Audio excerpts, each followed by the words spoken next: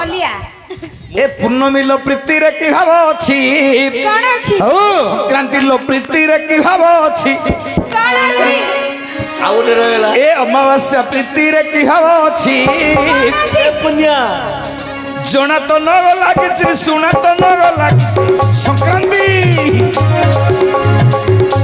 यो प्रीति रे की भाव अछि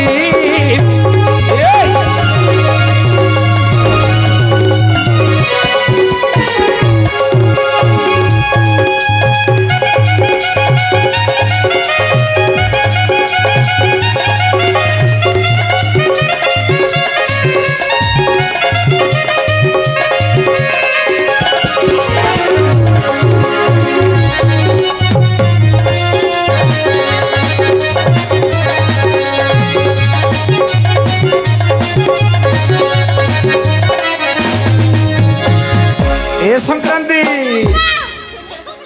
पूर्णमी एमा ए देखो 56 गन्नार बण बर पाइछि अच्छा 56 गन्नार बण बर पाइछि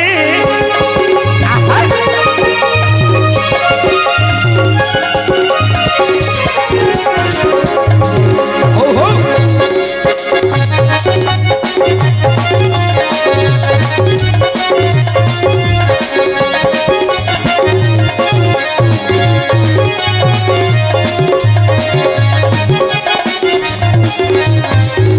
अमावास्या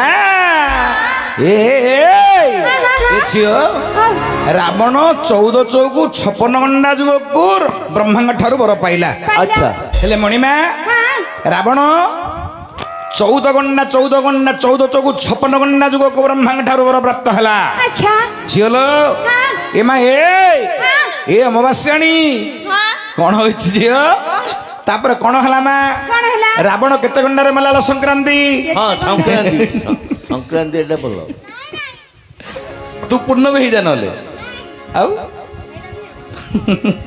एमा ए झियो रावण केते गंडा रे मला केते कोंडारी एमा सड महापाप करी 14 प्राण हारिछि प्रीति रे की भाव अछि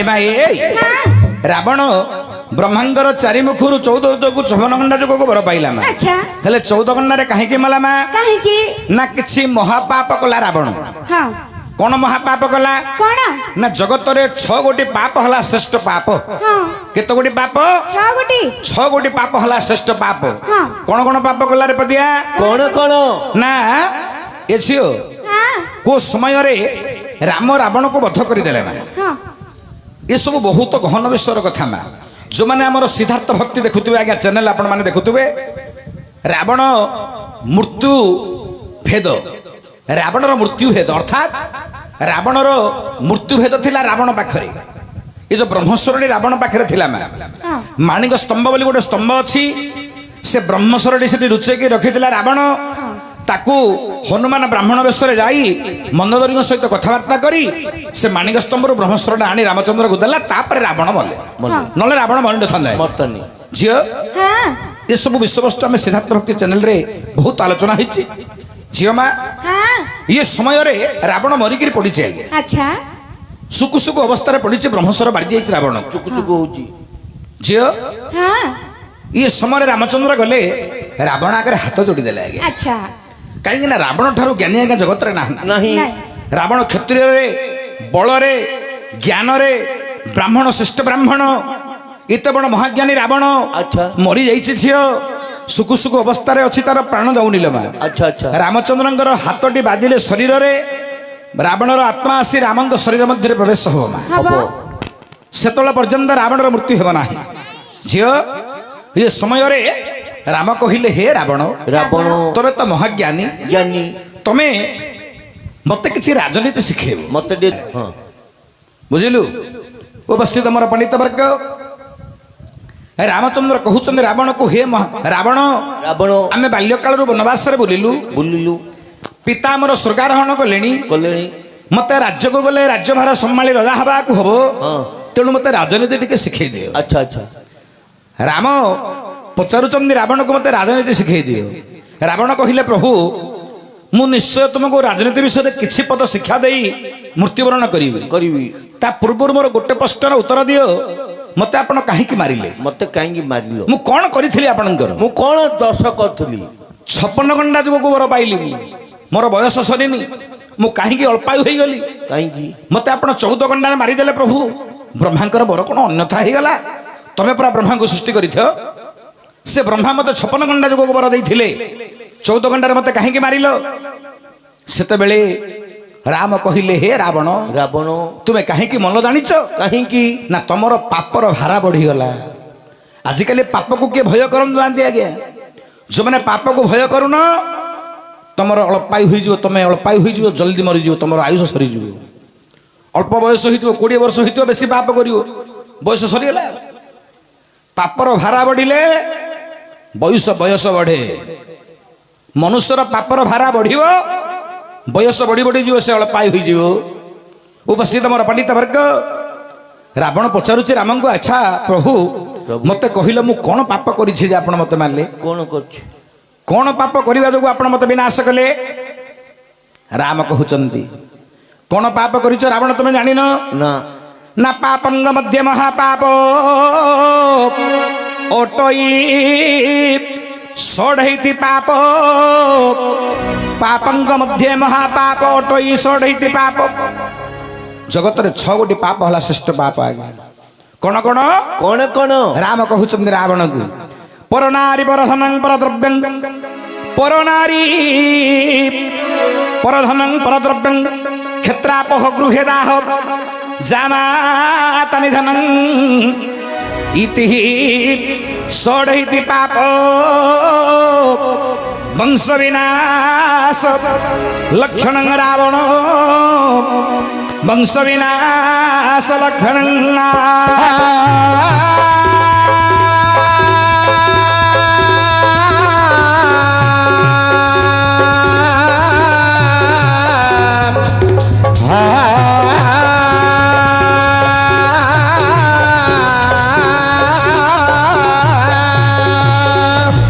ଉପସ୍ଥିତ ମୋର ପଣ୍ଡିତ ବର୍ଗ ରାମ କହିଲେ ରାବଣ ତମେ 6 ଗୋଟି ପାପ କରିଛ କଣ କଣ ନା ପରନାରୀ ପରଧନ ପରଦ୍ରବ୍ୟ କ୍ଷେତ୍ରାପହ ଗୃହେ ଦାହ ଜାମାତା ନିଧନଂ ଇତି ଷଢ଼ୈତି ପାପ ବଂଶ ବିନାଶ ଲକ୍ଷଣଂ ଏ 6 ଗୋଟି ପାପ ଯୋଉମାନେ କରିବେ ନିଶ୍ଚୟ ଅଳ୍ପାୟୁ ହୋଇଯିବ ବଂଶ ନଷ୍ଟ ହୋଇଯିବ ଆଜ୍ଞା।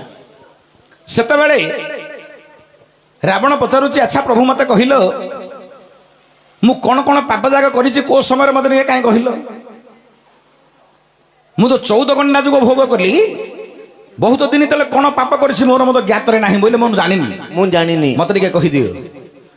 ରାମ କହୁଛନ୍ତି ରାବଣ ରାବଣ ତମେ ପରନାରୀଟାକୁ ହରଣ କରିନ ନା କୋଉଟା ପରନାରୀ ପ୍ରଭୁ କହିଲ ମୁଁ କାଉ କରିଛି କହିଲ ସୀତାଙ୍କୁ ତୁମେ ହରଣ କରିନ ନା ହଁ ରାବଣ ହଁ ପ୍ରଭୁ କରିଛି ହଁ ହେଲେ ସୀତାଙ୍କର ପରନାରୀ କି ପ୍ରଭୁ ସୀତା ପରନାରୀ ନୁହେଁ ଆଜ୍ଞା ଆଉ ତୁମେ କହିଲ ପରନାରୀଟାକୁ ତମେ ହରଣ କରିଛ ମୁଁ ପରନାରୀକୁ ହରଣ କରିନି ସୀତାଙ୍କୁ ମୁଁ ହରଣ କରିନି ଆଉ ତୁମେ ଭାବୁଛ ମୁଁ ସୀତାଙ୍କୁ ହରଣ କରିଛି ହଁ ବାୟାକୁ ପଚାରିଥିଲି ବାୟା କହିନଥିଲା ମୁଁ କହୁଛି ଶୁଣନ୍ତୁ ପ୍ରଶ୍ନ ରହିଯାଇଥିଲା ରାମ ସୀତାଙ୍କୁ ରାବଣ ହରଣ କରି ନେଇଛି ନା ଡାକିକି ନେଇଛି ଏଠି ଆସିବ ସେ ବିଷୟବସ୍ତୁ ବାୟାରେ ଓ ଯେତେବେଳେ ରାମଚନ୍ଦ୍ର କହୁଛନ୍ତି ହେ ରାବଣ ତମେ ସୀତାଙ୍କୁ ହରଣ କରିନ ନା ନାଇଁ ନାଇଁ ତ ପଚାର ସୀତାଙ୍କୁ ପଚାର ପଚାର ପଚାର ସୀତା ପଚାର ମୁଁ ନେଇଛି ପରା ସୀତାଙ୍କୁ ମୁଁ ହରଣ କରି ନାହିଁ ଆଉ ଆଚ୍ଛା କାହିଁକି ନେଲ କାହିଁ ନେଲୁ 2ଟା କାରଣ ଅଛି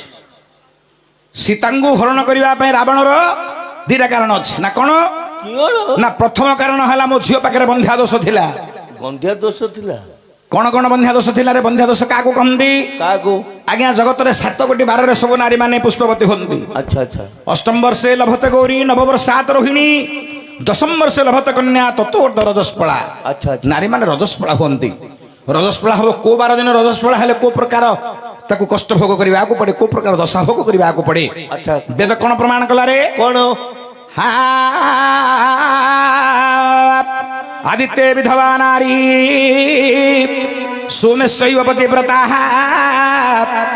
ବେଶ୍ୟା ମଙ୍ଗଳବାରେ ଚ ବୁଧେ ସୌଭାଗ୍ୟବତୀ হবে, আচ্ছা বৃহস্পতি লক্ষ্মীযুক্তা, শুক্রে সন্তানবতী হবে, শনি বন্ধ্যা তথেব চ শনি বন্ধ্যা তথেব চ।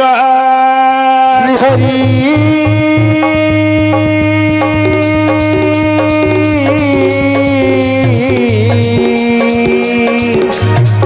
হরি হে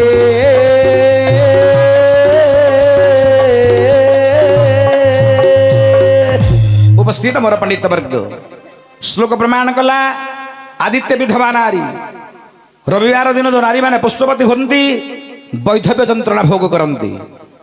सोमे शैव पतिव्रता सोमवार दिन नारी माने पुष्पवती हेले पतिव्रता सती शिरोमणि होई स्वामी सहित सुखरे काले यापन करिवे। আচ্ছা बेश्या मंगलवार मंगलवार दिन नारी माने पुष्पवती हेले तांको बेश्या दोष लागे। লাগিব गोटे पुरुषर संतुष्ट नुहंती बारंबार पुरुष परिवर्तन करती। ঠিক एवं बुद्धे सौभाग्यवती बुधवार दिन पुष्पवती हेले सौभाग्यवती हस्तरे चूड़ी मथार सिंदूर धारण करिवे इह ध्यान परित्याग करिवे। स्वामी थाउ थाउ आग मृत्यु हो नारीर। एवं बृहस्पति लक्ष्मीयुक्ता बृहस्पति बोलते गुरुवार गुरुवार दिन नारी माने पुष्पवती हेले लक्ष्मी संपन्न हेबे, धनर अभाव रहियो नाही, संतान संतति अभाव न रही अहिराणी स्वर्ग आरोहण करिवे। शुक्र संतानवती शुक्रवार दिन पुष्पवती हेले अधिक संतान संतति जन्म हबो। কারকেতুরা 4টা 5টা 7টা 10টা লেখা হবো। শনি বন্ধ্যা তথে বচ শনিবার দিন পুষ্পবতী হেলে বন্ধ্যা দোষ লাগিব। বেলে শনিবার দিন কিଏ পুষ্পবতী হইতিলা? কিয়ে সেই জগত জননী সীতা ঠাকুরাণী শনিবারে পুষ্প হেলে জগত জননী হে সীতা ঠাকুরাণী শনিবারে পুষ্প হেলে বন্ধ্যা দোষ তাঙ্কু লাগিলা ছোটটি রাবণ মনে ভাবিলে। আহা রাবণ মনে ভাবিলে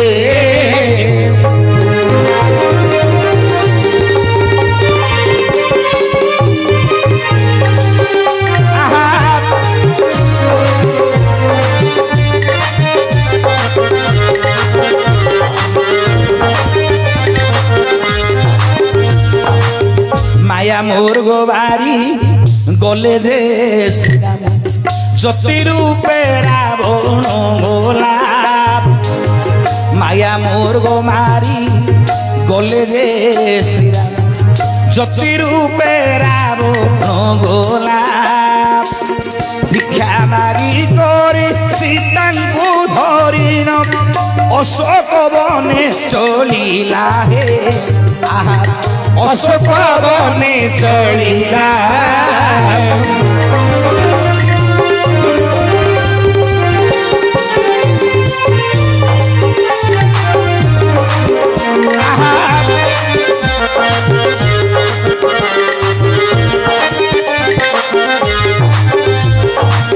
सीतांकु नेइण लंकार रावण अशोक बने रखिला।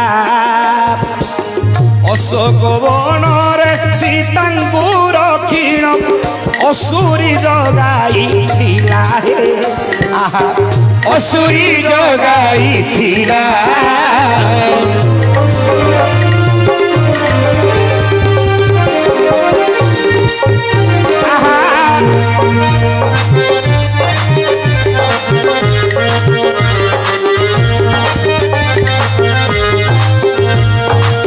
राम रावण को कहले हे राम ମୁଁ ସୀତାଙ୍କୁ ହରଣ କରିବାର ଉଦ୍ଦେଶ୍ୟ ହେଲା ହଁ। ମୋ ଝିଅ ପାଖରେ ବନ୍ଧ୍ୟା ଦୋଷଟେ ଥିଲା। ଆଚ୍ଛା। ତେଣୁକରି ନେଇ ରଖିଲି ଅଶୋକ ବନରେ। ଅଶୋକ ଫୁଲର ବାସ୍ନା ଯଦି ମୋ ଝିଅ ସ୍ପର୍ଶ କରିବ ବନ୍ଧ୍ୟାମୁକ୍ତ ହୋଇଯିବ। 12 ମାସ ପର୍ଯ୍ୟନ୍ତ ରହିଲେ, 14 ମାସ ରହିଲେ ମୋର ଝିଅ, ତେଣୁକରି ସେ ବନ୍ଧ୍ୟାମୁକ୍ତ ହେବେ। ଏଥର ଦେଖ ସନ୍ତାନ ସନ୍ତତି ତୁମର ଜନ୍ମ ହବ। ଉପସ୍ଥିତ ମୋର ପଣ୍ଡିତ ବର୍ଗ, ରାମ କହୁଛନ୍ତି, ଅର୍ଥାତ୍ ରାବଣ ରାମକୁ ପଚାରୁଛନ୍ତି, ହେ ରାମ, ରାମ ମୁଁ ସୀତାଙ୍କୁ ନବାର ଉଦ୍ଦେଶ୍ୟ କଣ ଜାଣିଛ? କଣ? ମୁଁ ସୀତାଙ୍କୁ କାହିଁକି ନେଲି ଜାଣିଛ? କାହିଁକି? ପ୍ରକୃତରେ ମୁଁ ସୀତାଙ୍କୁ ନବାର ଉଦ୍ଦେଶ୍ୟ କଣ? ନା, ତମେ ମନ ପକ, ଯେତେବେଳେ ତମେ ବିବାହ କଲ, ତୁମର ବିବାହ ସମୟର କଥା। ରାମଙ୍କର ବିବାହ ହୋଇଥିଲା ଜନକ ରାଜା ନନ୍ଦିନୀ ସୀତାଙ୍କୁ। 4 ପୁତ୍ର ରାମ, ଏ ଯୋଉ ରାମ ଲକ୍ଷ୍ମଣ ଭରତ ଶତ୍ରୁଘ୍ନ। ରାମ ବିବାହ କଲେ ସୀତାଙ୍କୁ, ଲକ୍ଷ୍ମଣ ବିବାହ କଲେ ଉର୍ମିଳାଙ୍କୁ, ଏବଂ ଭରତ ବିବାହ କଲେ ସୁତକୀର୍ତ୍ତିକୁ, ଏ ମାଣ୍ଡବୀକୁ, ଏବଂ ଶତ୍ରୁଘ୍ନ ବିବାହ କଲେ ସୁତକୀର୍ତ୍ତିକୁ। 4ଟା ପୁଅ 4ଟା ଝିଅକୁ ତାଙ୍କର ବିବାହ କଲେ। ବାହା ସରିଲା ଆଗେ, ସରିକିରି ସମସ୍ତେ ପଳେଇ ଆସିଲେ ଅଯୋଧ୍ୟା ପ୍ରଦେଶକୁ। ତାପରେ 8 ଭାର ଯାଉଛି ବାପା ଘର, ଯାଉନି କି? ମାଛ ଶାଗ ସବୁ ଧରିକି ଯାଉଛନ୍ତି। ଇଏ ସମୟରେ କଣ ହେଲା? ହେଠି ଶୁଣନ୍ତୁ ଆଜ୍ଞା ମୋର ପଣ୍ଡିତ ଜନ, ଶୁଣନ୍ତୁ ଆଜ୍ଞା ମୋର ପଣ୍ଡିତ ଜନ, ମା ଭଉଣୀ ମାନେ ମୋର ମନ ଦେଇ ଶୁଣ। 8 ଭାର ଜନକ ପଠାଇଲେ, ହାଲୋ, 8 ଭାର ଜନକ ପଠାଇଲେ, ସୀତା ରାନ୍ଧିବାକୁ ଆଜି ରହୁ ଯିବେ ଭଲେ, ସୀତା ରାନ୍ଧିବାକୁ ହାଣ୍ଡିଶାଳକୁ ଯିବେ ଭଲେ। ହାଣ୍ଡିଶାଳକୁ ଯିବେ, ପ୍ରଥମ ରନ୍ଧଣା ରାନ୍ଧିବେ ଆଜି ସୀତା। ଉତ୍ସବ ହୋଇଛି ଅଯୋଧ୍ୟାରେ। 8 ଭାର ବୋଲେ ରଜାଙ୍କର ଭାର ଏଇକା କମ ଭାର ହେଇଥିବ କି? କେତେ କଣ ଆସିଥିବ। ମା ଟିକେ ରାନ୍ଧିଦେଲେ ସେଟା ପ୍ରସାଦ ଭଳିଆ ହେଇଯିବ, ଭୋଜି ଭାତ ହେଇଯିବ ସେଇଟା। ହେଲେ ବାୟାରେ, ଇଏ ସମୟରେ ସୀତାଙ୍କୁ କହିଲେ କୌଶଲ୍ୟା, କୈକେୟୀ, ସୁମିତ୍ରା, ବହୁ ହାଣ୍ଡିଶାଳକୁ ଯାଅ, ତମେ ରୋଷେଇ କରିବ। ଆଜି ତମର 8 ଭାର ଆଇଛି ପରା। ସୀତା କହିଲେ ନାଇଁ ମା, ମୁଁ ଆଜି ଯିବିନି, ରାନ୍ଧିବିନି। କି? ସୀତା ମନା କରିଦେଲେ। କାହିଁକି ମନା କଲେ ଜାଣିଛୁ? କାହିଁକି? କହିଲେ ମା, ଯଦି ମୁଁ ରୋଷେଇ କରିବାକୁ ଯିବି, ମୋର ଗୋଟେ ନିୟମ ଅଛି ମା। କଣ ନିୟମ? ନା କଣ? ମୋର ପ୍ରଥମ ରନ୍ଧନା ମୁଁ ଗୋଟେ ବ୍ରାହ୍ମଣକୁ ଖାଇବାକୁ ଦେବି। এইটা ଗୋଟେ କଥା। ତମେ ରାନ୍ଧୁନ, ମୋର ପ୍ରଥମ ରନ୍ଧନାଟା ଗୋଟେ ବ୍ରାହ୍ମଣକୁ ଖାଇବାକୁ ଦେବି। ଆଉ ଗୋଟେ କାମ କର, ତମେ ରୋଷେଇ କର, ମୁଁ ଯାଇ ଗୋଟେ ବାମୁଣ୍ଡ ଗୋଟେ। ନାଇଁ ନାଇଁ ନାଇଁ ନାଇଁ ନାଇଁ ନାଇଁ ନାଇଁ। କଣ? ନାଇଁ ନାଇଁ। କୌଶଲ୍ୟା କଥା ଯାଇ ଦଶରଥଙ୍କୁ କହିଲେ। ଜନକ ରାଜାଙ୍କ ସହରେ ସମସ୍ତେ ଉପସ୍ଥିତ ଥିଲେ। ଆଚ୍ଛା। ସମସ୍ତେ ଉପସ୍ଥିତ ଅଛନ୍ତି। କୌଶଲ୍ୟା କୈକେୟୀ ସୁମିତ୍ରା କହିଲେ, ସୀତା କହୁଛନ୍ତି ଗୋଟେ ବ୍ରାହ୍ମଣକୁ ପ୍ରଥମେ ଖାଇବାକୁ ଦେବେ। ହଉ ଡାକ ଡାକ, ସୀତାଙ୍କୁ ଡାକ। କଣ ହେଇଛି ପଚାରିଲେ ଦଶରଥ। ଆଚ୍ଛା ବହୁ, କଣ ହେଇଛି କହିଲ? ନା ହେ ପିତା, ମୋର ପ୍ରଥମ ରନ୍ଧନା, ପ୍ରଥମରେ ମୁଁ ଗୋଟେ ବ୍ରାହ୍ମଣକୁ ଖାଇବାକୁ ଦେବି। ଶ୍ୱଶୁର ଘର ପ୍ରଥମ ରନ୍ଧନା ଆଜ୍ଞା ବ୍ରାହ୍ମଣକୁ ଖାଇବାକୁ ଦେଲେ ତାହାର ମହତ୍ଵ ଅଲଗା। ସେତେବେଳେ କହୁଛନ୍ତି ଦଶରଥ ରାଜା, ଆଚ୍ଛା ଠିକ ଅଛି ଝିଅ, ଗୋଟେ ବ୍ରାହ୍ମଣକୁ ଡାକିବା। ସୀତା କହିଲେ ନାଇଁ ପିତା। କଣ ନାଇଁ? ସେଟା କେମିତିକା ବ୍ରାହ୍ମଣ ହେଇଥିବ ଜାଣିଛ? କିନ୍ଦିକାର? ହେଠି ଶୁଣ ହେ ପିତା ମୋହର ବଚନ, ଶୁଣ ହେ ପିତା ମୋହର ବଚନ, ସେ କେଉଁ ପରି ହୋଇଥିବ ଯେ ବ୍ରାହ୍ମଣ, କେବେ ହେଲେ ଦାନ ସେ ନେଇ ନଥିବ, କେବେ ଭିକ୍ଷାବୃତ୍ତି ବ୍ରାହ୍ମଣ ଯେ କରି ନଥିବ, ମହାଜ୍ଞାନୀ ଯେ ପଣ୍ଡିତ ହୋଇଥିବ, ସେ ପରି ବ୍ରାହ୍ମଣକୁ ଖାଇବାକୁ ଯେ ଦେବ, ସେ ପରି ବ୍ରାହ୍ମଣକୁ ମୁଁ ଖାଇବାକୁ ଦେବ। ସୀତା କହିଲେ ପିତାମହ, ହେ ପିତା, ମୁଁ କେମିତିକା ବ୍ରାହ୍ମଣକୁ ଖାଇବାକୁ ଦେବି ଜାଣିଛ? କିପରି? ନା ସେ ବ୍ରାହ୍ମଣ କେବେ ଭିକ୍ଷାବୃତ୍ତି କରିନଥିବ, ନା ଜୀବନରେ କେବେ ଭିକ ମାଗି ନଥିବ। ସେ ବ୍ରାହ୍ମଣ କେବେ କାହାଠୁ ଦାନ ନେଇ ନଥିବ, ନା ମହାଜ୍ଞାନୀ ପଣ୍ଡିତ ହୋଇଥିବ। ସେମିତିକା ବ୍ରାହ୍ମଣଟେ ଆସିଲେ ମୁଁ ଖାଇବାକୁ ଦେବି। ଚିନ୍ଦିଆ ବ୍ରାହ୍ମଣ କୋଉଠୁ ଖୋଜିଆ? ଏ ସମୟରେ ପୁଣି ନାରଦ ମହାମୁନି ପ୍ରବେଶ ହୋଇଲେ। ଦଶରଥ ଆଶ୍ଚର୍ଯ୍ୟ ଜନିତ ହୋଇ ନାରଦଙ୍କୁ କହିଲେ, ହେ ନାରଦ, ନାରଦ, ମୋର ବହୁ ସୀତା କହୁଛନ୍ତି ଏମିତି ଗୋଟେ ବ୍ରାହ୍ମଣ କୋଉଠି ମିଳିବ? କୋଉଠି ଅଛି? ନାରଦ କହିଲେ ଅଛି ନା। ଅଛି? କିଏ ଅଛି? କିଏ ସେ? ଆରେ ଲଙ୍କାର ରାବଣ ପୁଣି ଅଛି ଏ ତକ୍ଷଣ, ନାରଦ ମୁନି ଯେ ହିପରି କହିଣ। ଆହା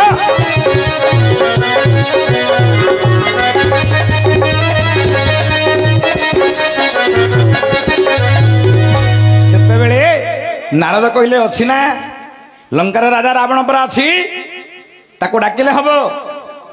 ହେଲେ ରାବଣ ଆଇବ? ଦଶରଥ ପଚାରୁଛନ୍ତି ରାବଣ ଆଇବ? ଆଇବ ନା? ଆଜ୍ଞା ଦଶରଥଙ୍କ ସହିତ ରାବଣର 3 ଥର ଯୁଦ୍ଧ ହୋଇଛି। ଆଜ୍ଞା ଦଶରଥଙ୍କ ସହିତ 3 ଥର ରାବଣ ଯୁଦ୍ଧ ହୋଇଛି। 2 ଥର ଦଶରଥ ରାଜା ପରାସ୍ତ ହୋଇଛନ୍ତି, ପ୍ରଥମ ଥର ଜିତିଛନ୍ତି। 2 ଥର ପରାସ୍ତ ହୋଇଛନ୍ତି ଦଶରଥ ରାଜା। ପ୍ରଥମରେ ରାବଣ ପରାସ୍ତ ହୋଇଥିଲା, ତାପରେ ତପସ୍ୟା କରି ବଳପୂର୍ବକ ଭଗବାନଙ୍କୁ ସନ୍ତୁଷ୍ଟ କରି ତାପରେ ଦଶରଥଙ୍କୁ ପରାସ୍ତ କଲା। ପ୍ରଥମରେ ଦଶରଥଙ୍କ ଠାରୁ ରାବଣ ପରାସ୍ତ ହୋଇଥିଲା। ଉପସ୍ଥିତ ମୋର ପଣ୍ଡିତ ବର୍ଗ, ଏ ସମୟରେ ନାରଦ ମୁନି କହିଲେ ରାବଣ ଆଇବ, ମୁଁ ରାବଣକୁ ଆଣିବା ଦାୟିତ୍ୱ। ଠିକ ଅଛି, ମୁଁ ଆଣିଦେବି। ଯଦି ତୁମେ ରାବଣକୁ ଆଣିବ ଯାଅ, କହିକିରି ଯେମିତି ହେଲେ ଧରିକିରି ଆସ। ହଉ ଯାଉଛି। ଆଜ୍ଞା ରାବଣକୁ କୋଉ ସମୟରେ କହିଲେ କଥାଟା ଗ୍ରହଣ କରିବ? ସମସ୍ତଙ୍କର ଗୋଟେ ସମୟ ଅଛି। ଆଜ୍ଞା ଯେକୌଣସି ଲୋକକୁ ଯାହା କହିବାକୁ ଥିବ କହିବ, ଗୋଟେ ସମୟ ଥିବ ନା। ଆଜ୍ଞା ମନ୍ତ୍ରୀ ପାଖକୁ ଯିବ, ଶୁଣନ୍ତୁ ମନ୍ତ୍ରୀ ମାନଙ୍କ ପାଖକୁ ଗଲେ ସନ୍ଧ୍ୟାରେ କେବେ ଯିବନି, ହବା କାମ ହବନି। ତମେ ଯେତେ ବଡ ଲୋକ ପାଖକୁ ଯାଉଛ ସନ୍ଧ୍ୟାରେ ଗଲେ ହବନି। ଆଜ୍ଞା ଖରାବେଳେ ଗଲେ ହବନି, ସକାଳୁ ଗଲେ ହବ। ସକାଳୁ ଗଲେ ଶୋଇକି ଉଠିଥିବ। ସକାଳୁ ଗଲେ ଏକା କାମଟା ହବ। ହବ। ସେ ବ୍ରାହ୍ମଣ ହଉ କି ଯେଡ ବଡ ଲୋକ ହେଲେ ମଧ୍ୟ ସକାଳୁ ଗଲେ ଏକା କାମଟା ହବ ରେ ପୁଅ। ବୋଲେ କେମିତି ହବ? ସକାଳୁ ସେ ତ ସେଜରୁ ଉଠିଥିବ। ହବ ନା, ଜଗିଥିବୁ, ସିଏ ଉଠିଲା ପର୍ଯ୍ୟନ୍ତ ଜଗିଥିବୁ।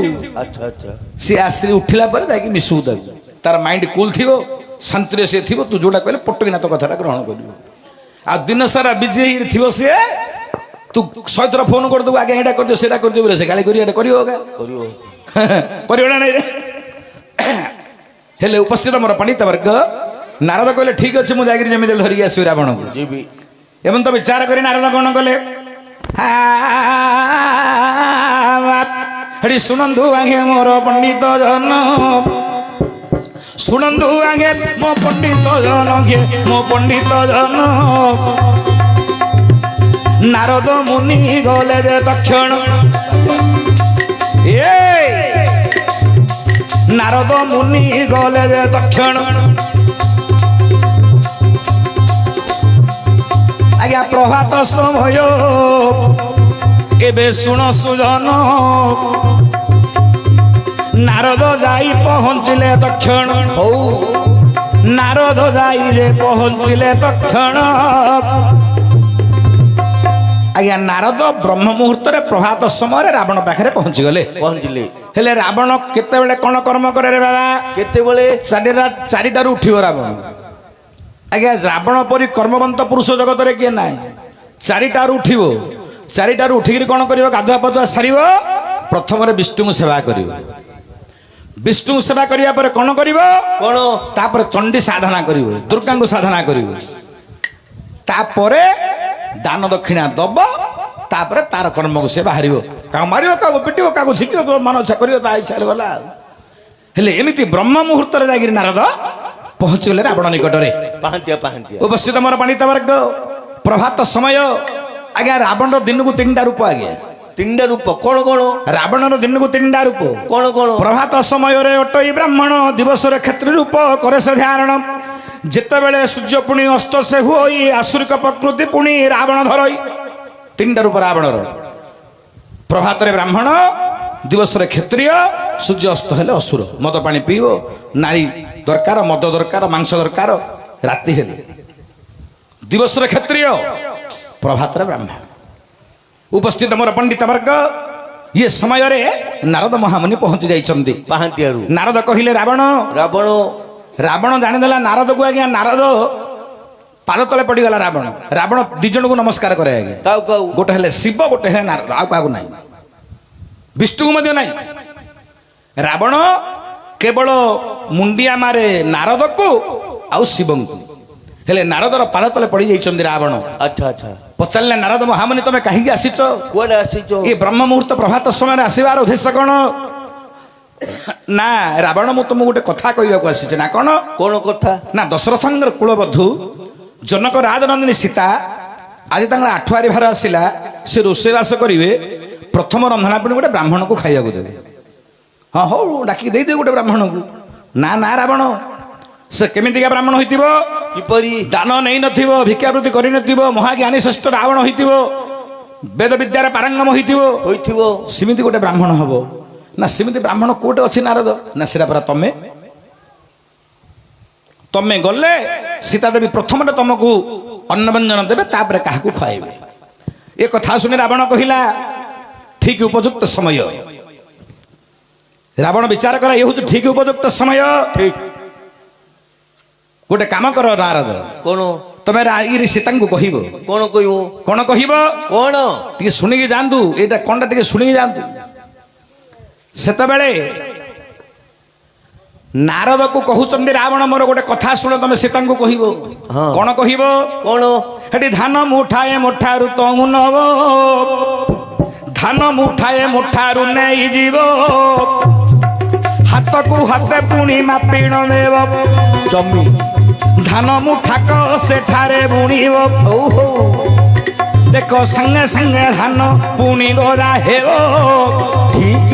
ସାଙ୍ଗେ ସାଙ୍ଗେ ଯେ ଧାନ ଗଛ ହୋଇବ, ହଉ। ସାଙ୍ଗେ ସାଙ୍ଗେ ଯେ ଧାନଟି ଫଳିବ, ମୁହୂର୍ତ୍ତ ମତେ ଧାନ ପାଚିଯିବ। ଆଚ୍ଛା।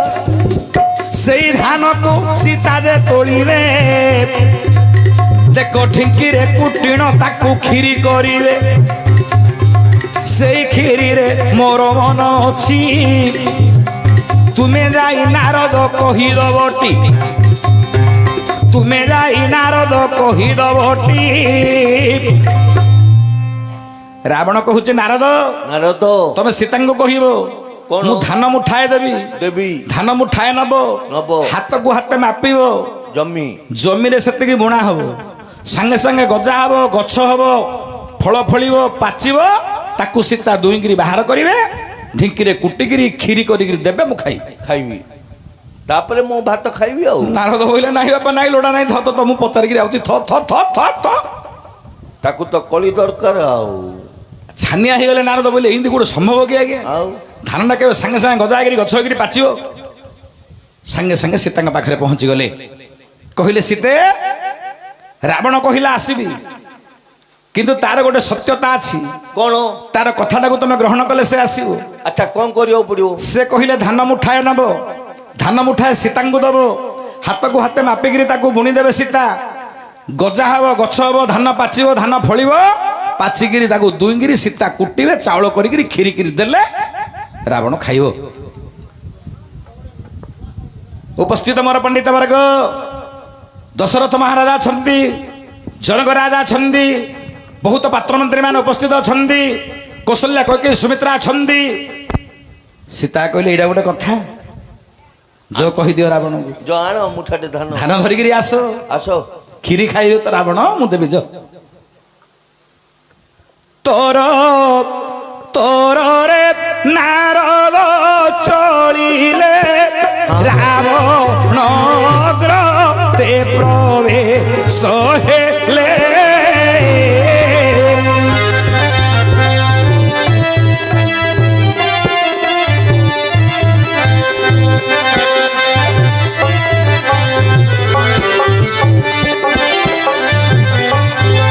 ଲକ୍ଷଦେବ ମୋର ପଣ୍ଡିତ ବର୍ଗ, ତୋରବରିଆରେ ନାରଦ ଗଲେ, ରାବଣ ପାଖରେ ପହଞ୍ଚିଗଲେ, ରାବଣକୁ କହିଲେ ହେ ରାବଣ, ସୀତା ଦେବୀ ରାଜି ହେଇଯାଇଛନ୍ତି, ଧାନ ମୁଠାଏ ଦିଅ। ଧାନ ମୁଠାଟେ ଧରିଲେ, ଗଣ୍ଠି ପକେଇଲେ, ସୀତାଙ୍କ ପାଖରେ ପହଞ୍ଚିଲେ। ସୀତାଙ୍କୁ ଦେଇଦେଲେ, ସୀତା ବାରିପଟ ଗଲେ, ହାତକୁ ହାତେ ମପା ହେଲା ଜମି, ସାଙ୍ଗେ ସାଙ୍ଗେ ଧାନ ବୁଣା ହେଲା, ସାଙ୍ଗେ ସାଙ୍ଗେ ଗଜା ହେଇଗଲା, ଗଛ ହେଇଗଲା, ଧାନ ଫଳିକିରି ପାଚିଗଲା। ସୀତା ଦେବୀ ହାତରେ ଦୁଇଁ ଦେଲେ, ଢିଙ୍କିରେ କୁଟିକିରି ଚାଉଳ କରିଦେଲେ। ଆଶ୍ଚର୍ଯ୍ୟ ସମସ୍ତେ, ଆସିକା ପଳେଇଲେ। ରାବଣ ଏମନ୍ତ କରିବାର କାରଣ କଣ ଆଜ୍ଞା? କଣ? ନା ବିଚାର କରୁଥିଲା ମହାଲକ୍ଷ୍ମୀ ସୀତା ରୂପରେ ଜନ୍ମ ହୋଇଛନ୍ତି କି ନା, ପରୀକ୍ଷା କରିବା ପାଇଁ ଏମନ୍ତ ବିଚାର କରି ରାବଣ ପଠେଇଥିଲା ନାରଦଙ୍କ ହାତରେ ଧାନ। ଆଚ୍ଛା ଆଚ୍ଛା। ଉପସ୍ଥିତ ମୋର ପଣ୍ଡିତ ବର୍ଗ, କ୍ଷୀରି ହେଇଗଲା, ରାବଣ ଆସିଛି, ଆସନ ପଡ଼ିଗଲା, ପିଢ଼ାଟେ ପଡ଼ିଗଲା, ବ୍ରାହ୍ମଣକୁ ଦିଆହେଲା, ପାଣି ଢାଳିଲେ ଥୁଆ ହେଲା, ସୀତା ଦେବୀ ଖାଇବାକୁ ବାଢ଼ିଲେ। ଆଚ୍ଛା। ପ୍ରଥମରେ କ୍ଷୀରି ଦେଲେ, କ୍ଷୀରି ଖାଇଲା ପରେ ଅନ୍ନ ବ୍ୟଞ୍ଜନ ବଢ଼ା ହେଲା, 56 ପ୍ରକାର ଭୋଗ, ଛପନ ପ୍ରକାର ବ୍ୟଞ୍ଜନ ଦିଆହେଲା। ରାବଣ ଆରାମରେ ଖାଇଲା। ଆଜ୍ଞା ଖାଇଲା ପରେ ରାବଣ ମାରିଲା ଗୋଟେ ଓଡ଼ି ମାରିଲା ପରେ ଯିବାକୁ ବାହାରୁଥିଲା। ସୀତା କହିଲେ ବ୍ରାହ୍ମଣ ପିତା ସମାନ, ବ୍ରାହ୍ମଣ ପିତାଙ୍କ ସଙ୍ଗେ ସମାନ। ହେ ପିତାମହ ଟିକେ ରହିଛ, ଟିକେ ରୁହ। ଖାଇଲ ଦକ୍ଷିଣା ନବନି? ରାବଣ କହିଲା ତମେ ଝିଅ ବୋଲି କହିଲ, ମୁଁ ତମେ ବାପା ଯଦି ହେଲି ତମେ ମୋ ଝିଅ ହେଲ, ମତେ ଦକ୍ଷିଣା କଣ ଦବ? ନା ନା ଦକ୍ଷିଣା ଆବଶ୍ୟକ ନାହିଁ, ମୁଁ ଯାଉଛି। ସୀତା କହିଲେ ନା ନା, ବ୍ରାହ୍ମଣ ଭୋଜନ ଦେଇ ଦକ୍ଷିଣା ନ ଦେବ, ସର୍ବପଙ୍ଗ ମଙ୍ଗଳ ପୁଣି ତାହାର ହୋଇବ। ହେଠି ଦାନ ଧର୍ମ ଦେବାର ଯେ ପୁଣ୍ୟ ନ ପାଇବ। ବ୍ରାହ୍ମଣକୁ ଦାନ ଦକ୍ଷିଣା ଅନ୍ନ ଭୋଜନ ଦେଲେ ଦକ୍ଷିଣା ଦେବା ନିତାନ୍ତ ଆବଶ୍ୟକ। ହେଲେ ଆଗ କାଳରେ ଆଜ୍ଞା ପଚାରିକିରି ଦକ୍ଷିଣା ଦଉଥିଲେ। ଆଚ୍ଛା, ଏବେ ସିନା ପଚାରିକିରି ଦକ୍ଷିଣା ଦଉନାହାନ୍ତି। ଆଜ୍ଞା ଗୋଟେ କଥାଟେ କହିବି, କଣ ଜାଣିଛ? କଣ? ଏବେ ସବୁ ଶ୍ରାଦ୍ଧ ଚାଲିଛି ନା? ହଁ ଶ୍ରାଦ୍ଧ ଚାଲିଛି। ଅଶ୍ୱିନ ମାସ 15 ଦିନ ଶ୍ରାଦ୍ଧ କରିବାକୁ ଯାଉଛ। ଚାଲିଛି। ଆଜ୍ଞା ପୁରୀ ଯାଇଥିବେ 10,000 20,000 ଖର୍ଚ୍ଚ କରିବେ। କାରରେ ଯାଇଥିବେ, ଲଜରେ ରହିବେ, 3 ଷ୍ଟାର ହୋଟେଲରେ ଖାଇବେ। ବ୍ରାହ୍ମଣକୁ 100 ଟଙ୍କା ଦେବାକୁ କଷ୍ଟ। ସତକୁ ହୋଇବ ତମେ 30,000 ଖର୍ଚ୍ଚ କରିଦଉଛ, ପୁରୀ ଯାଉଛ, ଗାଡି ଗୋଟେ ଭଡା କରୁଛ, ଲଜରେ ରହୁଛ, ଖାଇଲା ବେଳକୁ 3 ଷ୍ଟାର ହୋଟେଲରେ ଖାଉଛ, ବ୍ରାହ୍ମଣକୁ 100 ଟଙ୍କା ଦେବ କାହିଁକି? ଦେଖ ଏ ଯୁଗ ସେ ଆଜ୍ଞା ବ୍ରାହ୍ମଣକୁ କିଏ ପଚାରୁନାହାନ୍ତି। ଆଜ୍ଞା ଶାସ୍ତ୍ର ମତରେ ବ୍ରାହ୍ମଣ ହେଲା ପରା ଜଗତର ସର୍ବେ ସର୍ବା। ଆଜ୍ଞା ବ୍ରାହ୍ମଣକୁ ପୂଜା କଲେ କୋଉ ଭଗବାନଙ୍କୁ ପୂଜା କରିବା ଆବଶ୍ୟକ ନାହିଁ। ଆଜ୍ଞା ପୁରାଣ କହୁଛି। ଆଜ୍ଞା ଉପସ୍ଥିତ ମୋର ପଣ୍ଡିତ ବର୍ଗ, ଇଏ ସମୟରେ ସୀତା ଦେବୀ କହିଲେ ଦକ୍ଷିଣା ନଦେଲେ ତମେ ଯାଇପାରିବନି, ଦକ୍ଷିଣା ନିଅ ତାପରେ ଯିବ। ଆଜ୍ଞା ନାଇଁ ଆଜ୍ଞା ଏଇଟା ଭୁଲ କଥା। ବ୍ରାହ୍ମଣ ବ୍ରାହ୍ମଣ ବ୍ରହ୍ମଂଶରେ ଜନ୍ମ ବ୍ରାହ୍ମଣ। ତୁଳସୀଦାସ କଣ କହିଲେ ରାମଚରିତ ମାନସରେ? କଣ ବୋଲି? ସାପଦ ତାଡତ ପୁରୁଷ କୁହନ୍ତା, ବିପ୍ର ପୂଜ୍ୟ ସଗା ହୋଇ ସନ୍ତା, ପୂଜ୍ୟ ବିପ୍ରଶୀଳ ଗୁଣ ହୀନା, ଶୂଦ୍ର ଗୁଣ ଗୁଣ ଜ୍ଞାନ ପ୍ରବୀଣା। ତୁଳସୀଦାସ କହିଲେ କଳିଯୁଗରେ ବ୍ରାହ୍ମଣର ପାଦ ପୂଜା କଲେ ସିଏ ଯାହା କରୁଛି କରୁ, କୁକର୍ମ କରୁ, ମଦ ପିଉ, ଜୁଆ ଖେଳୁ, ବେଶ୍ୟାଳୟକୁ ଯାଉ, ବ୍ରହ୍ମଂଶର ଜନ୍ମ ବ୍ରାହ୍ମଣ। ବ୍ରାହ୍ମଣକୁ ଦଣ୍ଡିବା ଶକ୍ତି କାର ନାହିଁ, ଭଗବାନଙ୍କର କେବଳ ଅଛି। ସେ କହୁଛନ୍ତି ସାପତ ତାଡତ ପୁରୁଷ କୁହନ୍ତା, ବିପ୍ର ପୂଜ୍ୟ ସଗା ହୋଇ ସନ୍ତା। ସେମିତି ତମେ ଯେକୌଣସି ବିପ୍ରକୁ ପୂଜା କରିପାରିବ। ସେ ମଦ ପିଉ, ଜୁଆ ଖେଳୁ, ବେଶ୍ୟାଳୟକୁ ଯାଉ, ଶୂଦ୍ର ଗୁଣଗଣ ଜ୍ଞାନ ପ୍ରବୀଣା। ଶୂଦ୍ର ଲୋକର ପାଦ ପୂଜା କଲେ କଳିଯୁଗରୁ ତରି ପାରିବନି ବୋଲି ଶାସ୍ତ୍ର ମନା କରୁଛି। ତୁଳସୀଦାସ ନିଜେ ପରା କହିଲେ। ଆଜ୍ଞା ଆଉ ଯେତେବେଳେ ରାଘବ ବିଳାସ ରଚନା କଲେ କବି ଯଦୁମଣି ମହାପାତ୍ର, କଣ କହିଲେ? ଆଜ୍ଞା କଣ? ସେ କୋଉ ଭଗବାନଙ୍କୁ ଡାକିଛନ୍ତି କି? ନା। ପ୍ରଥମରେ ବ୍ରାହ୍ମଣକୁ ଡାକିଲେ। କଣ? ରାଘବ ବିଳାସ ପ୍ରଥମ ଛାନ୍ଦ କଣ କହିଲେ? କଣ ବୋଲି ଡାକିଲେ? ପ୍ରଥମେ ବନ୍ଦଇ ଭୂଦେବ ଅଙ୍ଘ୍ରି ଅହାରି ବକ୍ଷେ, ସପତ ସାଗର ଶୋଷକ ବଂଶ ହଂସୀ অলক্ষে।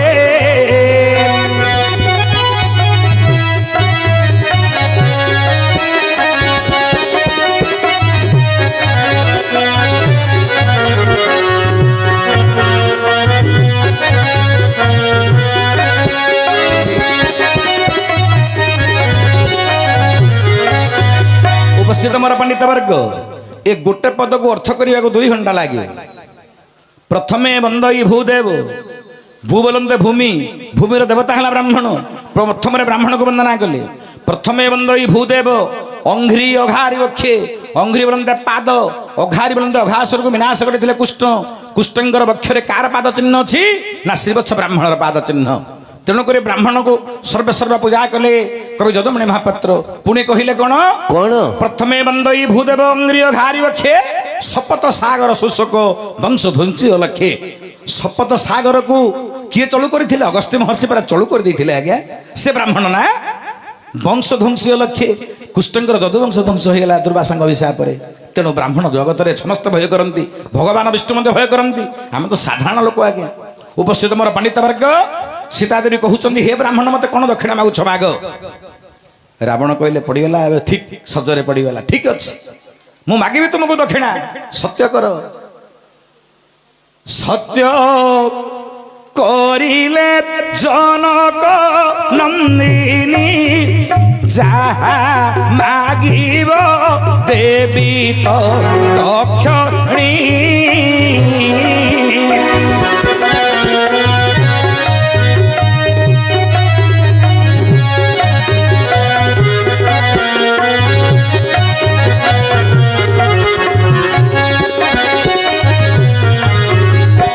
उपस्थित मोर पंडित वर्ग जनक राजा नंदिनी आज्ञा सत्य सत्य त्रिवार सत्य करदेले।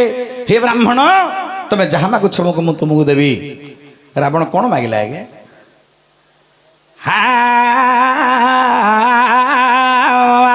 सेते बेले रावण दे बोलोई वचन मोर वचन शुण गो जनक नंदिनी दक्षिण ना कौन दक्षिणा देव